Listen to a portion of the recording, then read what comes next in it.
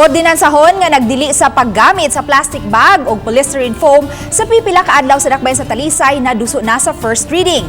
Atong sayran ang tibok detalye pinaagi sa live report ni Fem Marie Dumabok. Fem?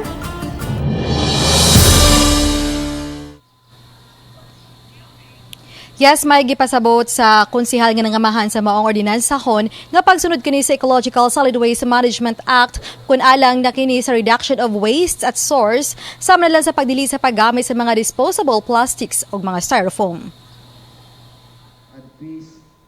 Mato di Konsihal Alito Bacaltos, chairman sa Committee on Environment, nga nalangan ng ilang pagduso sa ordinansahon tungod sa proseso nga ilang gisubay. Nakapaygayon na sila og konsultasyon sa mga negosyante ug sa mga gagmayng magpapatigayon. Natuki na kini sa konseho ug gitugyan sa Committee on Laws aron matun-an. Nganong nawahim ikumpara sa ubang LGU, amo pa nang gikonsulta dito sa Chamber of Commerce kadto mga nag-conduct sa survey sa katutaw mamaligyag saging.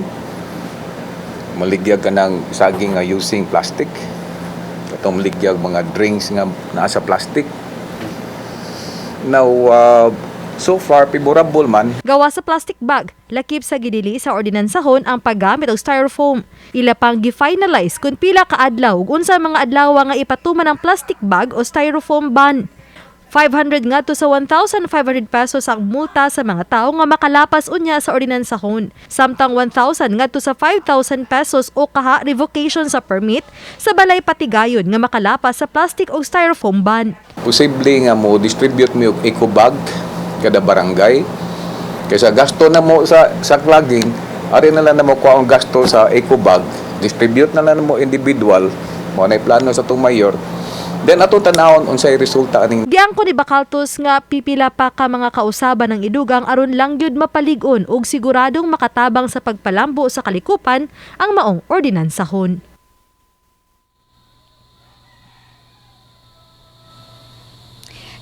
May laki po sab sa mga ordinansahon nga ang maong mga enforcement ug ang implementation niini anaa sa mga personnel sa Ecological Solid Waste Management Office ug sa 22 ka mga barangay. Sama na lang sa monitoring usab sa mga business establishment, sa mga konstituente ug sa mga mamalitay alang sa striktong pagpatuman niini.